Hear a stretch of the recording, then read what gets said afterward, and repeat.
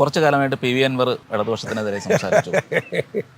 അൻവർ എന്ന് പറയുന്ന ആള് സ്ഥിരതയില്ലാത്തത് പറയേണ്ടി വന്നത്.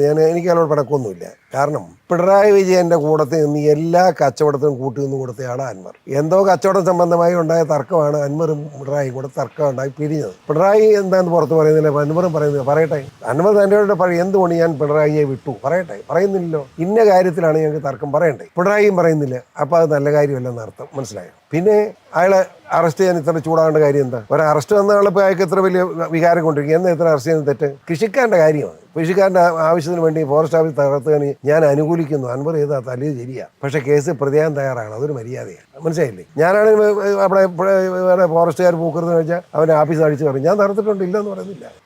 ടോൾ ഗേറ്റിൽ മുഴുവൻ അടിച്ച് തകർത്തിച്ചല്ലേ വന്നേ. വൃത്തി കാണിച്ച് ക്ഷമിക്കരുത്, കൊടുക്കണം. പക്ഷേ അൻവർ അതിനൊരു കേസ് പ്രതിയാകാൻ എന്ന് വിഷമിക്കേണ്ട കാര്യം തന്നെ. മുഖ്യമന്ത്രി നോക്കിയാലും പ്രതിയായിരിക്കാൻ പറ്റുമോ? സ്വാഭാവികമായി ഈ ഫോറസ്റ്റുകാരൻ സ്റ്റേറ്റ്മെൻറ്റ് കൊടുത്താൽ, കേസെടുത്താൽ അയാൾ അൻവർ പ്രതിയാണ്. കോടതി വളരെ മാന്യത കാണിച്ച് അയാളെ ജാമ്യം കൊടുത്തല്ലോ. പിന്നെ നേരത്തെ വെറും 30,000 രൂപ കാശ് കെട്ടിവെച്ച് പൊക്കോളാൻ പറഞ്ഞു. കോടതി ഇതുകൊണ്ട് നീതി കാണിക്കണം. എന്നിട്ട് പിന്നെ അവനെന്തിനെ കണ്ട് ചാടുന്നു? അൻവറിൻ്റെ പോക്കൽ ശരിയല്ല. അൻവർ UDF ഒരു ബാധ്യതയായിരിക്കും. എഴുതിയിട്ടോട്ടെ. അതാ പറയാൻ.